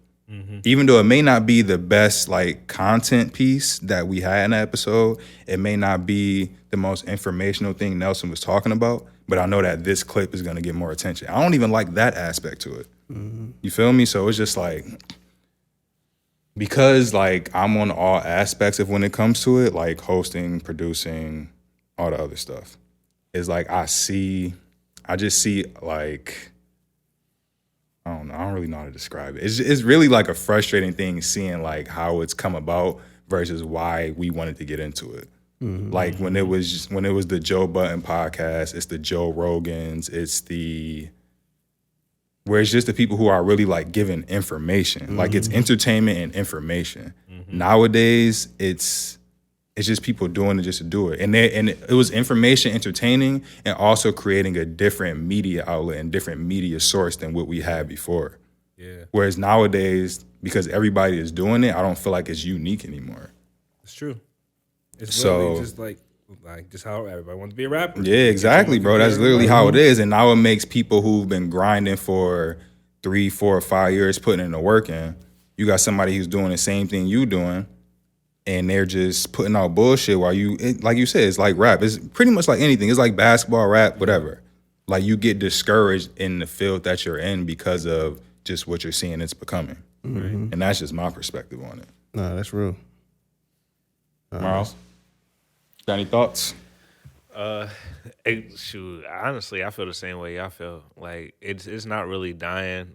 It's more so one of those things that just grows with the more people that do it. But the good people last. Like, you know, the people that just like music, the people that know how to market, like you say, using the right clips, all that stuff. So yeah, the term podcaster, like that, of course, just like if you go into talking to a girl for the first time and you know, her family like, yeah, what do you do? And you like, oh, you know, I'm a podcaster. Like, you know, they're like, I will say this: I've never turned myself as a podcaster. Yeah, ever. yeah. I'll say I have a podcast. Yeah, and it's just like being a rapper. Like, yeah, I'm a rapper. Like now it's just you don't really want to say that. You know what I'm saying? 'Cause there's so many rappers. Because you feel like they don't take you seriously because there's so many people doing it that shouldn't be taken seriously. Exactly. So you gotta. It's one of those things. But you put like, you know, I'm a creator. I'm a content creator, or I'm a songwriter, or whatever. Like if you change up saying the same thing, but it's a different method, meaning that you're just. You have a passion for this talking, and you kind of good at it. It's one of those things. The people that got a passion for it is gonna stick around. It's not really dead for those people, but for the people that's just fly by night, you know what I'm saying? It's just like anything else. It's a hobby that's gonna come and go. So. But like it's really about people finding a way to be innovative in the podcast space. For sure. And like trying to make it their own or change it around. Or not be like the next person, at least. Like not be like the next person. Yeah, like you just, I don't know, you just kind of, you got to find a way to make it your own, be innovative, and make you stand out without having to do like the clickbaity and the algorithm favorable things. And I mean, it's hard to do, but if you want to do it, it's what you got to do. That ass. And when it comes to just the journalistic aspect of podcasting, that shit is non-existent. It's not even there. Like me and Nelson, we was on some journalist shit, bro. We would have notes. We got topics. We got. Oh yeah, I was just watching so and so interview. They was on da da da. He didn't ask them this. I think we should ask them this because it's people nowadays. They ain't doing, bro. They're literally on Instagram like, oh, you posted this. Oh, this is a Benz. When'd you get this Benz? That's journalism now. Like, what are we really doing here? Like, what are we doing? What are we doing it for? Yeah, for real. Absolutely. And I was like, bruh, and that's one thing like me and him had in common before we even started. We was just like, bruh, I remember watching countless hours of radio interviews from Sway, Hot 97, all of that. And I'm like, yo, why am I watching it? Why am I so like engaged in this? 4 a.m. And it's just like, I don't even know why I'm doing this, but it's like he had the same thing too. And I'm just like, yo, maybe we was like doing this because like studying it so when we do it, it's really like legit. You know what I'm saying? And it was just one of those things that sticks in the back of my brain. It's just like, nah, we supposed to be doing this. Right. You know what I'm saying? And it's like I can't question that. And it's just like we've been going about to be 4 years. About to be 4 years, bro. And it's just like nah, like we here. Yep. Grinding. Still, and bro, and it's like I do none of that shit Katt Williams was talking about. You know what I'm saying? But I ain't even gonna lie. One dude commented on the YouTube was like, "Oh, y'all buying views? Damn, I never would have thought that." I'm like, bro, that shit got me mad, bro, because it's like Nelson let it go. I went right at his ass, bro. It got me hot because I'm just like, but like, yeah, and it's like, bro, like it's called sponsoring a video, bro. It's called putting a campaign together. It's called advertising. Literally, bro. Like, and it's like, yo, we have this many subscribers, but they don't show it to everybody. You have to literally pay in order for it to go out to all of your subscribers. I see it happening on other people's pages because, like, I watch a video and I go on the videos to the catalog to go look back for it, and it's not there. And I'm like, wait, what? I know you just recorded this video 2 days ago. Why isn't it on here? And I can't find it. Because they literally do not show certain videos. Like, they don't show all the videos unless you paying. The game is rigged, bro. And the niggas think it's algorithm based. You put some money in your fucking product. See my language. See my language. Trying to do better. Algorithms, man. So that's why I really just see the podcast space. I don't know, man. It's like the rap game now. You got We can have a conversation about it too, because like, I met Troy from EYL. Shout out to Troy. Shout out to EYL. Yeah, and it was just like I talked to him, but it was just like even a part of me was just kind of like, yo, I didn't want to be like, yo, I'm a podcaster too. You know what I'm saying? Like we talked a lot about like teaching and just like in that aspect, because he's a teacher, and it was just like, but I kind of felt like I knew what he was gonna say in terms of like being a podcast and like generating revenue and stuff like that, and it was just like it kind of clicked where it was just like, even we've been talking like how it's like rap and podcasting, like it's kind of like the same thing. Like most rappers don't make their money off of the actual songs and the streaming. You make it from merch, performance, everything else outside of it. Yeah. Because the thing is, you kind of build your brand and likeness within whatever that first piece of like art is your like niche. So whether you're a rapper, whether you're a podcaster, producer, that's where you build your name, brand, and your likeness for, to then be able to use it to make revenue in other industries, because they know you for being prominent in this specific role. and you're consistent, and they can trust that you're going to continue to fulfill your promise, your duties, your commitments. Yeah, man. To conclude it, podcasting, shit is dead. Be creative. Stop putting phones to bitches' faces to get a reaction out of them so you can get their number after the fact. Stop renting cars so girls can come to your car and think it's yours.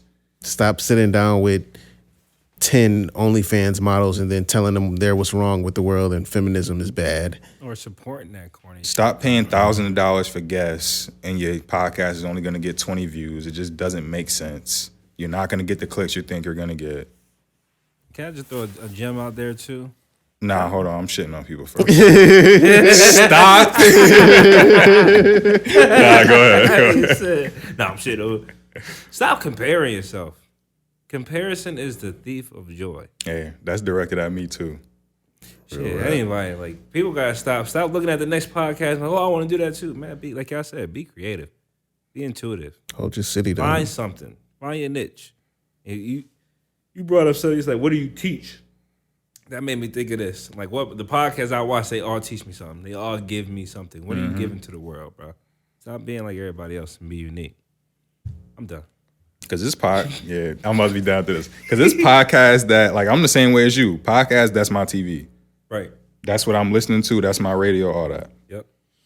There's podcasts who I was fucking with for years. As soon as they started doing like the clickbaity stuff, the trying to be on the same wave as all these other podcasts that's now up and coming, stop listening to them. Because the substance isn't the same. You are what you eat too. Literally. But yeah, you want to go on the third? Let's go on the top five. Top five. Who are y'all top 5 comedians all time? Matter of fact, what I really want to do, let's just come up with a list altogether. Who are the top 5 comedians all time? So I got a question. My comedians, are we looking at people that did stand-ups? Funny. Not specifically actors and comedians, but like comedians. Let's just comedian in general. Funny. Yeah. Funny. Steve Harvey is going up. No, we ranking them, bro. We got to go 1 through 5. Yep. Bernie Mac, where we putting him? Number 1. Mac? Bernie Mac. That was one of my favorite parts of definitely the top 5. That's one of my favorite parts of the Katt interview, bro. All the props he was giving Bernie Mac, love to see it. He's definitely top 5. And I love don't know the if he fact won. that Kings of Comedy was trying to shit on him, and then Bernie still rose above it and was still the best one out of all of them. everybody knew he was the funniest. Yeah. He's Everybody knew he was the He funniest. has the actor and the stand-up experience and the goal. Mm-hmm. You can watch a lot of his stand-ups and still die laughing. His movies, same thing. His TV show, same thing. I still watch Bernie Mac show to this day. I was watching that shit 2 days ago. Yeah, another example of a way to paint black people in a way that's not The stereotypical. Bernie Mac show, great example. And he's a wealthy black man, took in his sister's kids, his sister who was on drugs, which tends to happen in the black community. But guess what? She got a rich brother who could take the kids and raise them well, take them to prep school, all that. And you never see it. The drugs. Literally. Absolutely. But Bernie up there. Bernie, I think Eddie Murphy has to be in there. Eddie Murphy for sure. I'm not giving Eddie Murphy nothing. Actually, I think Eddie Murphy might be number 1. But think Eddie we gonna He was number 1 on my list. he was number 1 on my list. Yeah, we gonna run through a couple and then we'll decide. So Bernie Mac, Eddie Murphy, Katt in there. Yeah. Katt is in there. All Kevin time? Hart. Yeah, all time. Is Katt in there? Well, how old is you, nigga? Because I only know so many niggas. Like, there's only so many. I think Katt. Pryor. Let's just put maybe in the maybe. Mike Epps? No. No? Okay. Chris Tucker? All time, no. No. He's funny as an actor, but a comedian. Steve Harvey? No. I'm saying yes because I love Steve. Okay, Harvey. so we've only agreed consensusly On Bernie. on Bernie Mac and Eddie Murphy. He don't like Eddie Nah, I Murphy. didn't say He don't like Eddie Murphy. Eddie Murphy is not funny. Eddie Murphy's in If there, bro. if you're putting Katt Williams in there, Yeah, over Eddie is how you're I'm not putting even Eddie about to, Murphy like, is kind of crazy. I've never laughed at his stand-ups. I didn't laugh. I've You, seen his there- movie. even the what's Coming the, to America, not a classic. Is it? But we're doing both. it's hilarious. It is. It could be a classic. I just never found it like funny. What's the one in him in the red jacket? Delirious. Something like you ever watch That that? stand-up? Yeah, I don't remember that one. you gotta watch. That's so go to them. It's the one that go to them. Like top 5 stand up. All Easy. right, Richard Pryor. Yes. I don't Okay. even know who the fuck Richard Pryor is. Bro. So is this gonna just be a me and Nell conversation or what's Do going you know who on? Richard Pryor is? Oh, I know who Richard Pryor But is. have you- Pryor do you know is. his I haven't- stand-up? I haven't listened to a stand-up, but Tell me a I Richard know Pryor he's- joke. No. Exactly. He made it. He made the I joke. can't tell you a Cat was- Williams joke. he was- You can't for- tell me a Katt Williams. You joke. could definitely go with Katt You Williams. can go into a Katt Williams joke and a Bernie Mac joke. I guarantee Richard you I Pryor can't had tell the you joke. one Had right the now. joke where he was talking about he was gay for a week. Richard Pryor. It's Oh, hilarious. when he's the shit that Biggie said. No, it wasn't that. It was before. It was this before then. But he made the joke about him being gay for a week. It was like because back then the dudes used to dress like girls, and he thought the dude was a chick. It was with it. He was dating for a week. That was hilarious. He talked about the one where he burned his hair off. He was smoking crack. Like he has I'm some about to Google hilarious Richard jokes. Pryor and make sure I even know who we talking about. 'Cause That's I really wild don't that know you gotta who we Google talking it. about. That- I that know is who kinda Richard Pryor. crazy. I just don't know his face. don't Okay, tell see, me. you made it seem like you didn't know who he was. No, I know who he is. I just don't. Okay, I you just don't know. his You joke. just don't know his history. I was Okay. gonna Eddie say it's a Murphy, dude. Richard Pryor, Bernie, You going that in order? Eddie Murphy, Bernie, Richard Pryor. Bernie, Richard, whatever. Those two. Is Kevin Hart in there? No. I No. would put Kevin up there for me personally. Is bro. TK Kirkland in there for sure. T to the motherfucking Absolutely not. bro. I seen TK in person, bro. He the real deal. TK is in there, and we ain't making no list of TK not in there. If that's the case, then Patrice O'Neal need to be in there. He's canceled. No, Who canceled him? me. They canceled Dave, Patrice too. O'Neal, hilarious. He's No. I'm sorry, he's scared. The comedian's comedian. He's not better than TK Kirkland. Beyond TK Curran. You can't sniff his boots. So we got our top 5. Do we? Because I ain't agree to a lot of y'all people. Eddie Murphy. Y'all He got can't it sniff his top boots. five. And we didn't even talk about Dave Chappelle. We didn't I even just mention about to Dave. say, Dave, they yeah. bring up Dave. Dave's in. All right, so no What label about top 5. Donnell Rawlins? Donnell Rawlins? Nah, he not in mine. He funny though. He funny, but yeah. Not in mine. So this is a y'all thing, by the way. Just so the audience Charlie know, Murphy? This ain't us. Charlie Murphy. Come on, let's stop. Not top 5 though. We throw people out May he there. rest in peace. All right, so no order. We not doing the order. about Chris Rock? We can't do an order. Chris Rock is in there for sure. See? Chris Rock is in mine. I'm not fucking with him, man. Yeah, I don't know. See, because Nelson's not thinking about funny. He's thinking about everything outside of them being funny. He's funny. If that was but, the case, yeah. He you think gotta about put him getting Kevin Hart up slapped, there. all that other You shit. gotta put Kevin Hart up there if that's the case. He's the biggest comedian ever. No, bro. see. He is the Yo, biggest you want to man know what to you're come doing out right of now? the You want to know what you're doing right now? No, I'm You want to know what you're targeting doing? That's what I'm doing. Bringing I'm up shooting at this sales. nigga. What he's doing, he's doing the rapper conversation when people bring up sales. That's No, I'm exactly not. what you're no, doing. I'm not. No, I'm not. You, I'm not. You literally say he's the Definitely biggest opposite. comedian. What does that mean? What does that have to do with being funny? Do we deny that Jay-Z's the biggest person that ever came from rap? Yes, we do deny because Snoop Dogg is bigger than Jay-Z. Are you Worldwide. a cultural Worldwide. icon worldwide? Snoop Dogg is more notable than Famous? You talking Jay-Z. famous or you talking wealth? What You are said talking famous? biggest. What The are you biggest? talking? Oh, he is what Jay-Z don't need. Bro, he can walk No, into no, no. any See, room. Kiman, you're changing shit around. You said Oh Kevin my Hart was the God. biggest comedian. And, He is. and now we're transitioning He into is, rapping. bro. And now you want to talk about Visibility? wealth. No, you're talking about popularity. What are you talking You're about? talking about, but you said Snoop Dogg is the most famous. That's popularity, bro. That's what we're talking about when it comes to biggest. Is it though? The biggest is everything. Like, bro, that means funny, money, and can you go into any place and But niggas this is know my what the thing. fuck I don't going on? So Empowered. we I trying to don't act give like a Eddie fuck. Murphy don't got money? Like, what are we talking about? I'd say he wasn't funny. He's not funny. All right, can we wrap? Let's wrap it up. Wicked, this could be Kiman versus y'all all day. They don't give a fuck. Eddie Murphy, Richard Pryor. Hold on. I'm gonna bring some clarity to it, right? I'm very clear on my The HR point. department. Maryland on label HR. So basically, like what he's saying, I see what he's saying by biggest. Like biggest mean popularity, but it also mean like what branch off from this thing too. Yeah. Like when you talk about Kevin Hart, you're talking about the different shows. You're talking about the company. Different You're talking about movies, the different the stand-ups that yeah make billions of dollars. So The Snoop people Dogg he wouldn't put be that on. correlation, right? You talking about the movies he plays the same Snoop character in? Dogg would be that correlation. Yeah, and guess what? And Except every that single one of them, the Snoop Dogg blockbuster. doesn't have a title. He got Snoop Dogg's the president of I wonder Def why. Jam. Still what? Dayton. You said What, isn't he the president of Def Jam? No, Nah, he had a Death position. Row. He had a at position. Def Jam. He Yeah, bought Snoop- that. And he for got him. rid He of bought it. Death Row. but that's not Rock Nation. That's He has a Hello. show with Martha Stewart, Hello. bro. What? Who cares? I'm married to Beyonce. I'm saying like Jay-Z got Ah, yeah, hold on. Like- Let's see you interrupt tomorrow. Let's you let him right? bring Go ahead. clarity. Yeah, fuck me. Even though I interrupted him first. I'm helping you, nigga. Damn. Go ahead. But I'm saying to his point, Kevin Hart and Jay-Z got a lot of like things that they've spearheaded from their things that they spearheaded from their influence specifically directly. Snoop too, but Jay-Z's was on a whole different level. Like he impact. sparked billion-dollar businesses or Several multi-million-dollar times. businesses, yeah, over and over again. Yeah, bro. I hear you, but no, that's facts. All right, so let's wrap this up so we get to the top the third eye segment.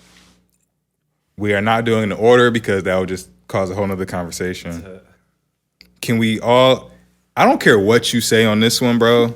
All the people that are fans of comedy, all the people Pryor is who the watch GOAT. comedy. I wasn't even gonna say him. Eddie Murphy is in there for sure. I didn't say it wasn't. I just said it wasn't funny to me. Okay, That's okay. Richard Pryor is in there. Bernie. Bernie Mac is in there. Chris Rock is in there. I don't care what you say. And Dave Chappelle is in there. That's fine. Not really no debate on That's that. fine. And All right, so that means Kevin Hart not in it. I'll take it. I'll take it. But in all reality, like in my personal, I'm putting Patrice O'Neal in there, just from the fear he put in other comedians' heart alone. Like he has documentaries on why he was considered like one of the funniest people in stand up in the comedy clubs.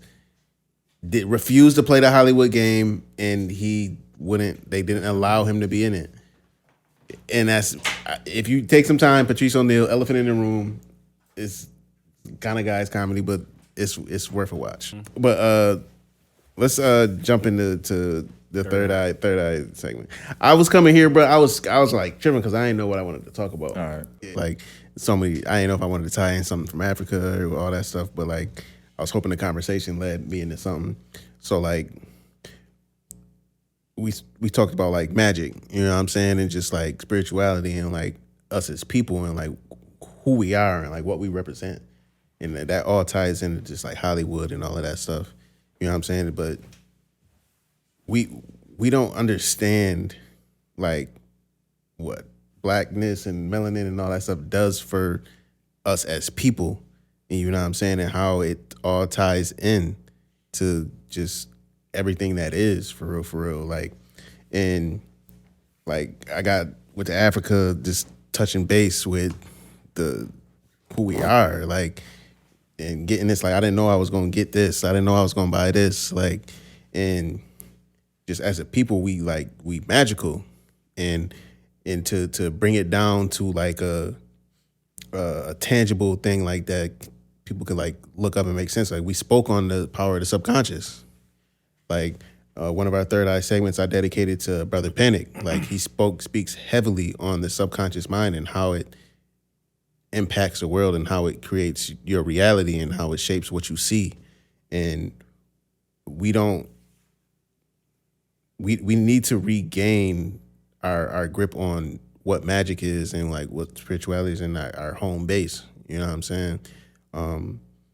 And that's why one of the reasons why I go so hard when it comes to like media and how we're represented, because even Malcolm X said media is the most powerful tool and weapon that's been used against us.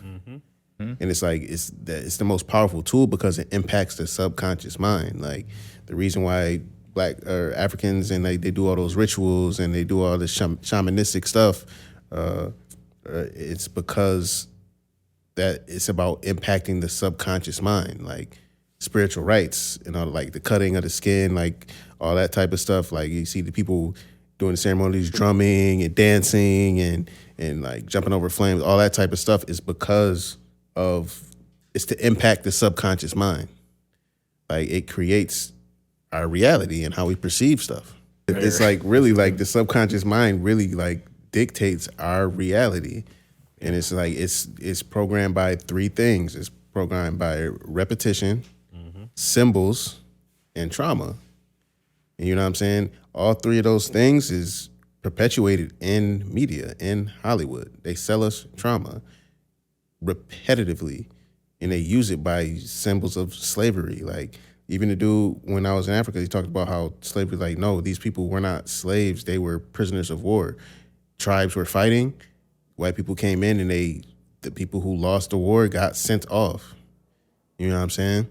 And it's important that like we find our grip on our spirituality, because it's like they'll put you in a cage.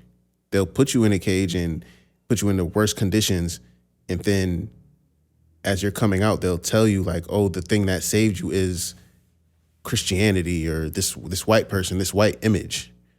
I'm programming your mind, your subconscious, your generations to be subservient and be thankful for this image. You know what I'm saying? That's why in America we go hard about being a black Jesus and not Caesar Bourgeois or whatever brand name is that they base the European Jesus off of.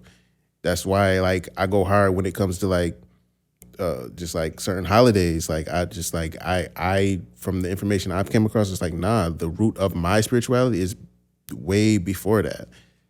Even the stuff I talk about when I talk about psychedelics or mushrooms, like it's because that's like the origin, bro. Like that stuff, it's called a magic mushroom for a reason. You know what I'm saying? It's one of those things where it's like the mysteries of what we are, who we are, can be deciphered through that. The melanin in your skin literally allows you to absorb more. Like you absorb more sun, you absorb more information. You got melanin in your tongue, you taste more. You got melanin in your eyes, you see more. You got melanin in your ears, you hear more. That's why our music hit different. That's why our food hit different. You know what I'm saying? And this is like, we're more susceptible to that trauma. We're more susceptible to that repetition. So it's like, if you really want to just like embrace, like figure out like, who are we and why are we treated like we are treated in this world? Bro, it's a lot of it deals with understanding melanin, understanding magic and what that is, what it means, and just really just like embracing that spiritual side of reality. Because shoot, it's 2024, bro. Everything is coming to the light.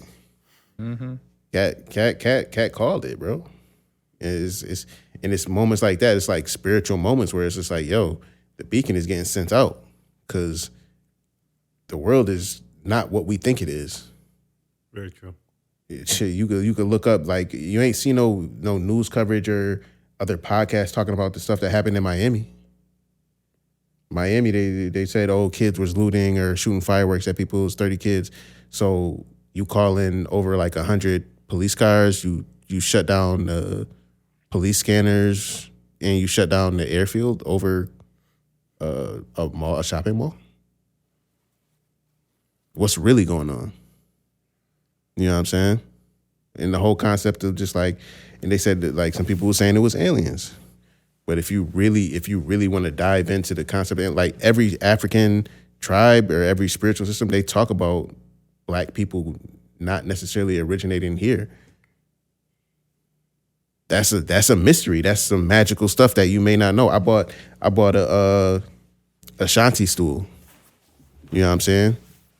I was talking. It's a Ashanti stool. I meant to bring it, but it's like a small stool and it has a symbol on it.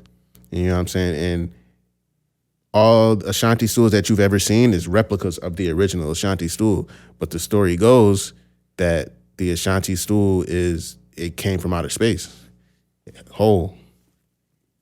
all gold. You know what I mean? Came down to the earth in shape, and every single Ashanti stool you've ever seen is based off of that stool.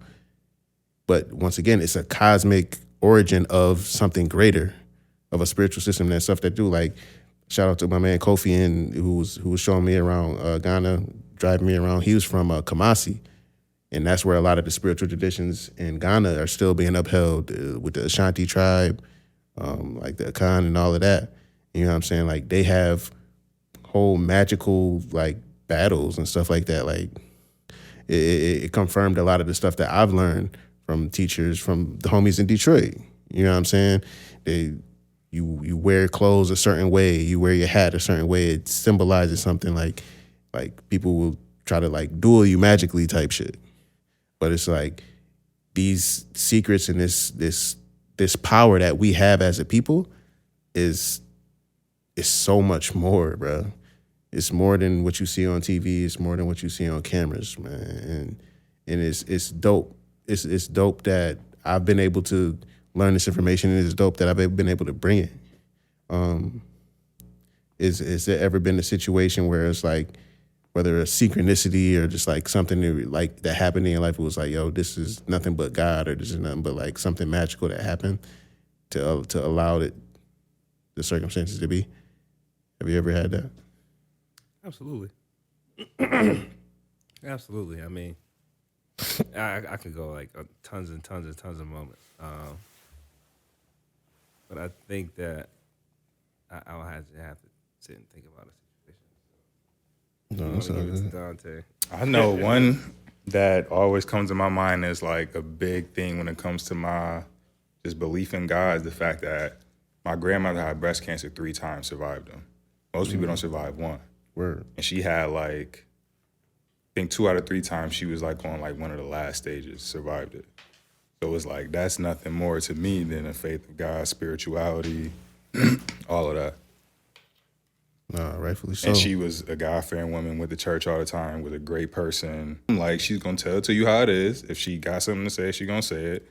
But she like had a pure heart, and she believed in God. She was real, gave back, all that. So the fact that she survived breast cancer 3 times, and I think she might have ended up passing from breast cancer, but like I said, it's still later on down the line. She first got it in before I was born. Feel me? So the fact you lasted 20-something years getting it multiple times, that's nothing than the act of God to me, and like a miracle. Word.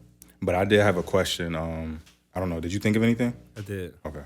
It's really just, I guess, my life, if I'm being completely honest. Like, it's been so many situations in my life where if I would have been a certain place that I was going to already plan to be at, I probably wouldn't be here today. Like, it's so many times where I missed the chance, or where I just I wasn't at the wrong place at the wrong time, but I was almost there. Like, quite literally. Like, I'll just tell a DJ story real quick. It's this club in Niagara Falls that I was supposed to go DJ at. I used to DJ there all the time, like a little hole-in-wall spot. But it's owned by this nigga that everybody know push something, everything, a little bit of everything. And this particular day, it had to be him and all his homies that pushed particularly everything. And I was on my way. I was about to just go do what I do any other whatever night. For whatever reason, the club got raided. Like, literally, like, every single person there had handcuffs on.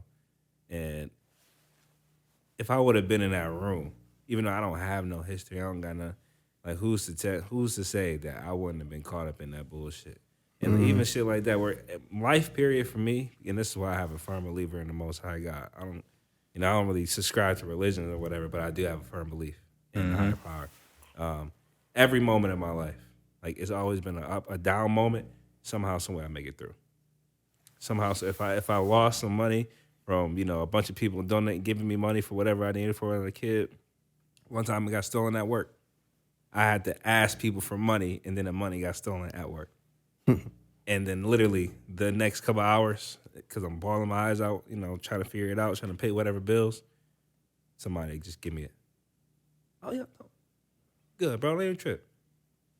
But I was just bugging out, you know what I mean? From money I had to just ask my grandmothers and all the other shit for. But every single turn, I'm good. You know what I mean? So I don't even trip about stuff no more. Like, long as I'm protected, as long as I'm prayed up, Absolutely. don't nothing really matter. Nah, that's definitely, I co-sign that because it's definitely situations where I wouldn't even say that I didn't go, but like we talked about earlier, just trust, like Katt was talking about, trusting yourself, knowing yourself, trusting your gut. Whereas I just sensed the energy in the room, or like something just came to me like, yo, it's time to go. Yeah, you need like to we leave. need to get up out of here, get you, da-da-da-da. Literally, I hear the next night some shit went down. It was Soon as somebody I got shot. Yeah. So it was a big ass fight that turned into this. Like that's happened on several occasions where I'm the one that's like, oh yeah, nah, it's time to go. Like, y'all, we gotta go. Yeah. Or damn, I forgot this in the car. Let's go here. And then we get to the car and then there's a commotion that happens inside her and that leads to something. You feel me? Like that's happened more times than I can count. So that's why I've always been a believer in trusting your gut, trusting your instincts. I'm sorry. I mean, you know what's crazy? And this is touchy, but it's relevant. The day the Tops shooting happened, I'm 10 minutes from that Tops, right?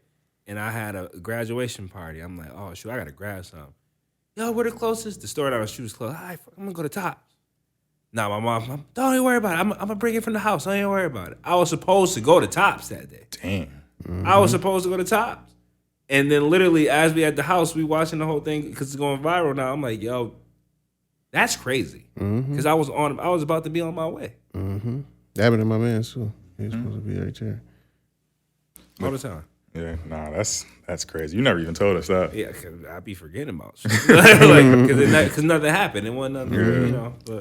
But the question I had, when you was talking about like the things that factor into the subconscious mind, you said trauma, you said symbols, and what was the third one? Repetition. Repetition.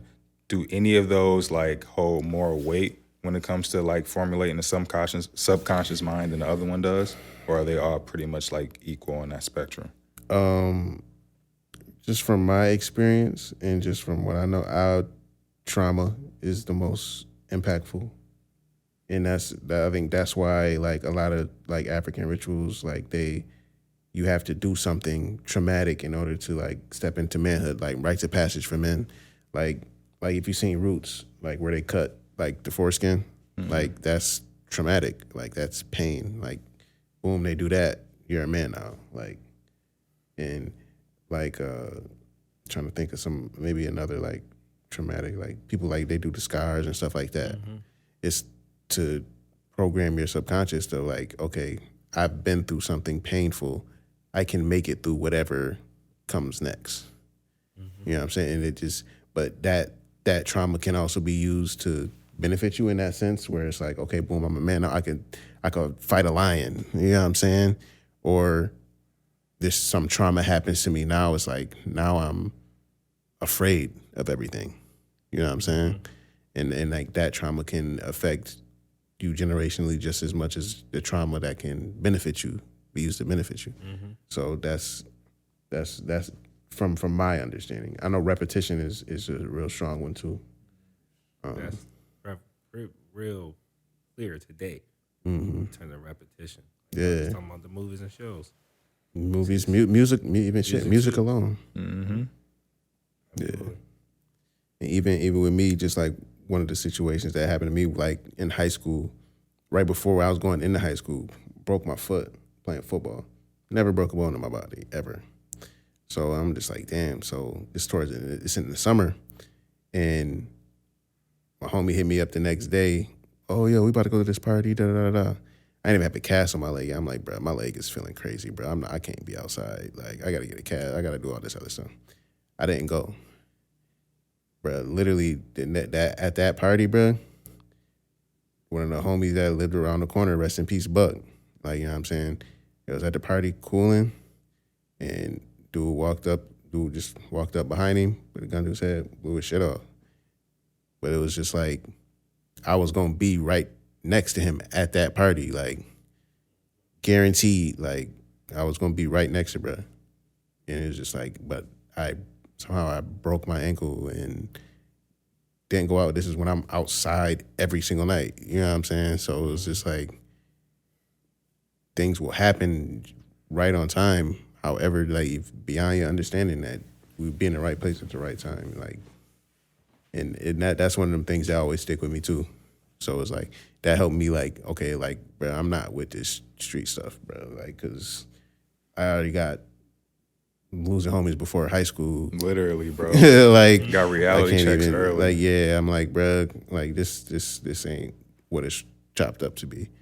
So I had to really figure out what I wanted to do, who I wanted to be, and not let somebody else tell my story. You used to hear growing up, you lucky if you make it past 25. Like, either dead or you're a black man supposed to be dead or in jail by 25. I believed that because I kept repeatedly hearing that. So I subconsciously, I was like, oh yeah, I'm about to die before 25 anyway. So shit, nothing matter anyway. I'm about to just wild out. I'm about to just do a bunch of stupid shit. Like, I bought into that program. And it took me years and years after getting my 25th birthday and like, oh shit, like, no, I'm living. There's things I need to do. I can do things.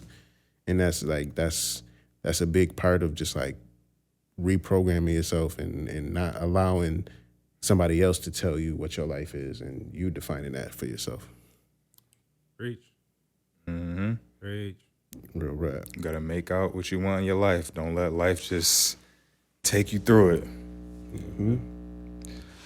Yeah, man. You know, love ended on the third eye. Give people something to think about. I got any final thoughts before we wrap up? This was a great episode. Glad you're back, bro. I'm glad to be back. Yes, sir. Glad to be back, man. It gave me a lot of perspective and just like what we do and just like what we're capable of. We could do this shit, bro. Yeah, if we put the work in all the time. Yeah.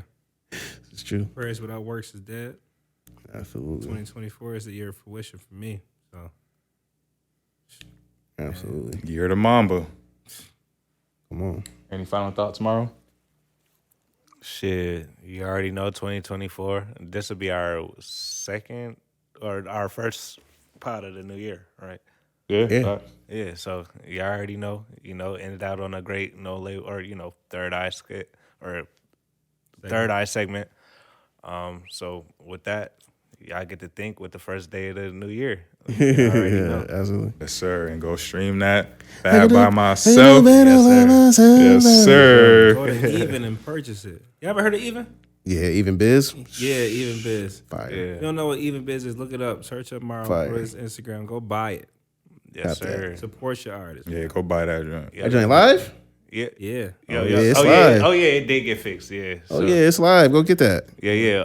As low as 50 cents, because either way, you pay 50 cents, I still get paid more than 100. That's more than 100 streams. So, That's a fact. That's facts. you know what I'm saying? So, Nah, shit. send that link in the group chat. Yeah, I never heard of that so, even. joint. Anything over $5, I am giving gifts out and giveaways. I just got some, scans and stuff back, so now we can actually push some merch. You know what I'm Fire. saying? And so it's about to be a big year. You know what I'm saying? Yes, sir. Absolutely. Looking forward to it, man. Waiting for that video to drop. No, Oh, yeah. I am too. Yeah. The thing is, bro, the video's going drop, and I have no idea what it looks like. Like I have an idea. I have an idea, but I'm used to shooting stuff and editing it. This is probably the first one that I didn't. No, that's a lie. This is the first video that's going out that I haven't edited. Yeah. Like I've edited stuff but haven't shot it, but this is the first one I've shot but haven't edited it. Yeah, and I mean, it looks pretty much the same as what you saw, what I sent to you last. Oh yeah, but- okay. Yeah, just things cleaned up and whatnot. But that's either dropping on my birthday or in March. You know what I'm saying? They could have that little tidbit. You got to watch the No Label podcast to know what you know. You know Yes, what I'm saying sir. ahead of Big time. facts. You feel me? But yeah. I by myself, No Label the pod. We out. Peace.